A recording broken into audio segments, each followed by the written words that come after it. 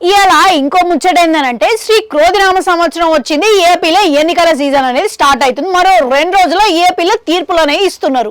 ఇక రెండోసారి అధికారం కోసం మన వైసీపీ అధినేత జగన్ అన్న గట్టిగానే ట్రై చేస్తున్నాడు.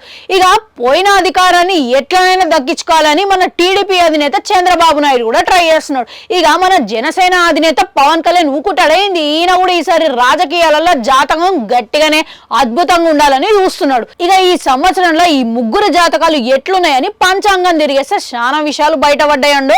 ముందుగా మన జగనన్న విషయానికి వస్తే ఈయనది మిథున రాశి, ఆరుద్ర నక్షత్రం అంటే ఇక అందుకే ఈయనకి చాలా పట్టుదల ఎక్కువ అని అంటున్నారు.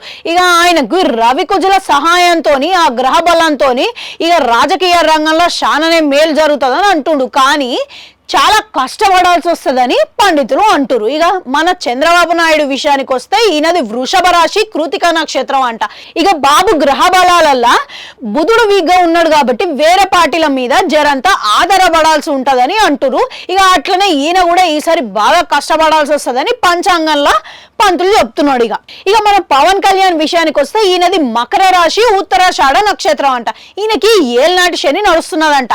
కానీ బృహస్పతి బలంతో ఈయన తొలిసారి ఎమ్మెల్యే అయ్యి ఆయనకంటూ ఒక ఉనికిని చాటుకుంటాడని అంటున్నారు. ఇక మొత్తం మీద ఈ సంవత్సరంలో ఈ ముగ్గురు జాతకాలు అనేవి చాలా కష్టపడాల్సి ఉంటుందని పంచాంగంలో చెప్తున్నారు. ఇక చూడాలి మరి ఇక ఈ జాతకాలు ఎంతవరకు నెరవేరుతాయి అనేది. ఇక మీలో ఎంతమంది ఈ జాతకాలు నమ్ముతారు?